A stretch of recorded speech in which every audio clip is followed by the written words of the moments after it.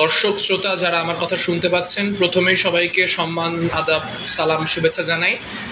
জানিয়ে রাখা প্রয়োজন, দৈহিক কারণে, আসলে অসুস্থতার কারণে আমি এই মুহূর্তে ক্যাম্পাসে নেই। আমি বর্তমানে অবস্থান করছি অন্য, কিন্তু আসলে ক্যাম্পাসে যারা প্রতিরোধ পর্ষদের মানুষ রয়েছেন তাদের আহ্বানেই এই ছোট্ট লাইভটি করার ব্যাপারে এক ধরনের একটি অবস্থান আমাকে নিতে হয়েছে।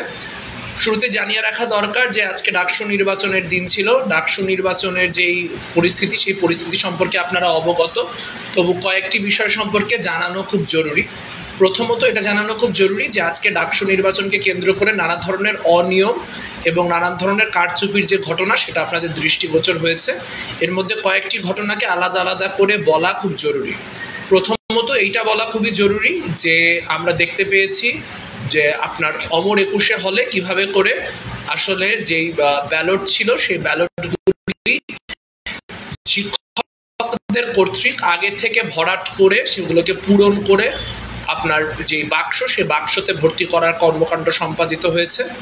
এর বাইরেও আমরা দেখতে পেয়েছি কেমন করে রোকেয়া হলে আগে থেকেই আপনার ভিপি এবং জিএস পদে SM ফরহাদ এবং সাদিক কায়েমের যে নাম, সেই নাম বসিয়ে দিয়ে তারপর ব্যালট শিক্ষার্থীদের কাছে দেওয়া হয়েছে।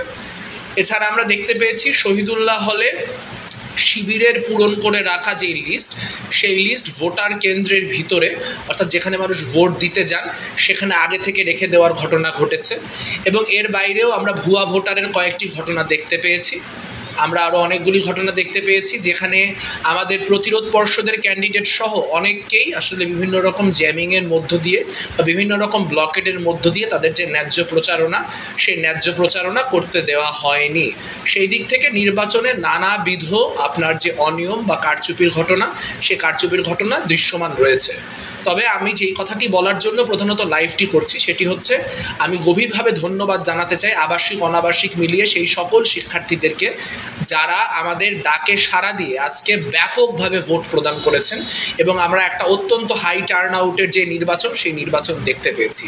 এটা আমাদের জন্য অত্যন্ত আশাব্যঞ্জক এবং এত মানুষ যে ভোট কাস্ট করেছে এবং 4টা পর্যন্ত ভোটের কাস্টিং হয়েছে, সেটা নিঃসন্দেহে প্রচণ্ড পরিমাণে আশাব্যঞ্জক এবং সেটিকে আসলে ভোটের ফলাফল যাই হোক, সেই ব্যাপারটিকে আমরা আসলে একটা বিজয় হিসেবে দেখতে আগ্রহী। কিন্তু আমরা দেখতে পাচ্ছি যে ভোট গণনাকে কেন্দ্র করেও এক ধরনের ধোঁয়াশা সৃষ্টি হয়েছে। আমরা দেখতে পেয়েছি ভোট গণনার সময় একাধিক কেন্দ্রে সাদিক কায়েম এবং শিবিরের অন্যান্য প্রার্থীরা সেখানে যে উপস্থিত হয়েছে এবং আমরা দেখতে পেয়েছি একাধিক জায়গায় LED লাইট নষ্ট হয়ে যাওয়ার মতো ঘটনা ঘটেছে এবং সেটি আসলে টেকনিক্যাল ফেলিয়ার হিসেবে ধরা হয়েছে। আমরা যখন এই মুহূর্তে কথা বলছি, সেই মুহূর্তেও ভোটের যে কাউন্টিং, সেই কাউন্টিং অব্যাহত রয়েছে। সেই কাউন্টিংকে কেন্দ্র করে নানান রকম ডিসইনফরমেশন এবং গুজব রয়েছে। আমরা নিশ্চিত নই এই ডিসইনফরমেশন এবং গুজবের যে অবস্থা তা কেমন। আমি ইতিমধ্যে লাইভটি করতে করতে খবর পাচ্ছি যে বিশ্ববিদ্যালয় ক্লাবের যে সিচুয়েশন, সেই সিচুয়েশন ভালো না। অর্থাৎ একাধিক জায়গায় আপনার ভোট কাউন্টের ক্ষেত্রে যে নিয়মকানুনগুলো মেনটেন করার কথা, সেই নিয়মকানুনগুলো মেনটেন করা হচ্ছে না।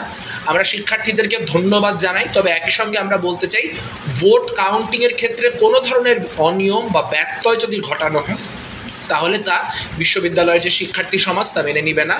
একই সঙ্গে যেই মুহূর্তে মনোযোগটা দেওয়া উচিত ছিল ভোট কাউন্টিংয়ে, সেই সময় ভোট কাউন্টিংয়ের ব্যাপারে মনোযোগ না দিয়ে যারা অস্থিতিশীলতা সৃষ্টি করছেন তাদেরকেও বিশ্ববিদ্যালয়ের শিক্ষার্থীরা খুব ইতিবাচকভাবে নিচ্ছেন বলে মনে হচ্ছে না। আমরা একটা ব্যাপার স্পষ্ট করে দিতে চাই যে ভোট কাউন্টিংয়ের ব্যাপারে কোনো ধরনের অনিয়ম বরদাস্ত করা হবে না। হারি জিতি যাই হোক না কেন, আমি কতগুলি ভোট পেয়েছি বা আমরা কে কতগুলি ভোট পেয়েছি তা জানার অধিকার আমাদের রয়েছে।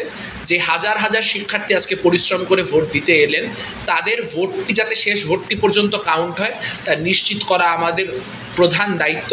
কাজেই সকল প্রকার মত দ্বিমতের ঊর্ধ্বে উঠে এই সময়টি ভোট কাউন্টিং যাতে সুষ্ঠু হয় সেটি নিশ্চিত করার কাজে থাকুন, সেটি নিশ্চিত করার চেষ্টা করুন এবং তা যদি নিশ্চিত না হয়, কোনোভাবে যদি কোনো গণ্ডগোল সৃষ্টি করার কোনো পায়তারা হয়, তাহলে তা সম্মিলিতভাবে রুখে দেওয়ার জায়গায় থাকুন।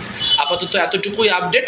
পরবর্তীতে এই বিষয়ে আমাদের পর্ষদের তরফ থেকে আরও ডিটেল জানানো হবে, এইটুকু বলে রাখলাম।